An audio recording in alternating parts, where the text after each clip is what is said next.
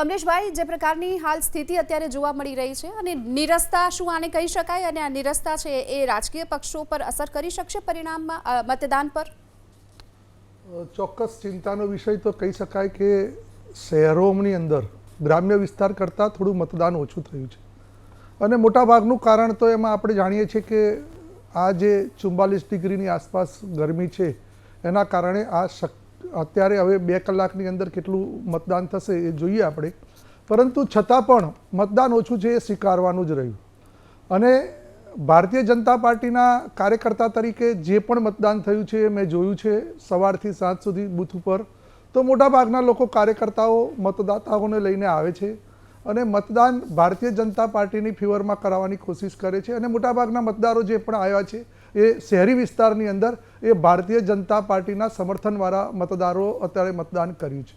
એટલે ભારતીય જનતા પાર્ટીના જે પણ કાર્યો, ડેવલપમેન્ટ, કમિટમેન્ટ અમે જે આપ્યું હતું કે vote for development, vote for stability, આ બધા જ વિષયોને ધ્યાનમાં રાખીને અત્યારે મતદાન થઈ રહ્યું છે.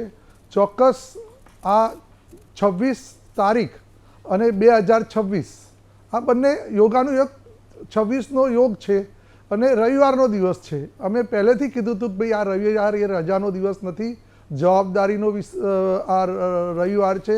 જવાબદારીપૂર્વક દરેક વ્યક્તિએ મતદાન કરવું જોઈએ. ઘણા લોકોએ અપીલ પણ કરી અને અમે ભારતીય જનતા પાર્ટીના કાર્યકર્તાઓ અથવા તો અમારા જે નેતાઓ છે એ લોકોએ અમને જે રિપોર્ટ કાર્ડ આપ્યું હતું કે છેલ્લા 5 વર્ષની અંદર અમે જે કામ કર્યા છે એ કામોને લઈને અમે પ્રજાની વચ્ચે, અમે તો ઘણીવાર નાના મોટા કાર્યક્રમો હોય તો પ્રજાની વચ્ચે જ રહેતા, 24 કલાક અને 12 માસ પ્રજાની વચ્ચે રહેતા કાર્યકર્તાઓ હોઈએ છીએ, એટલે બીજો કોઈ વિષય હોતો નથી. પરંતુ એ લઈને અમે ફરીથી આ વખત પણ પ્રજાની વચ્ચે ગયા અને પ્રજાએ ચોક્કસ અમને સમર્થન આપ્યું છે.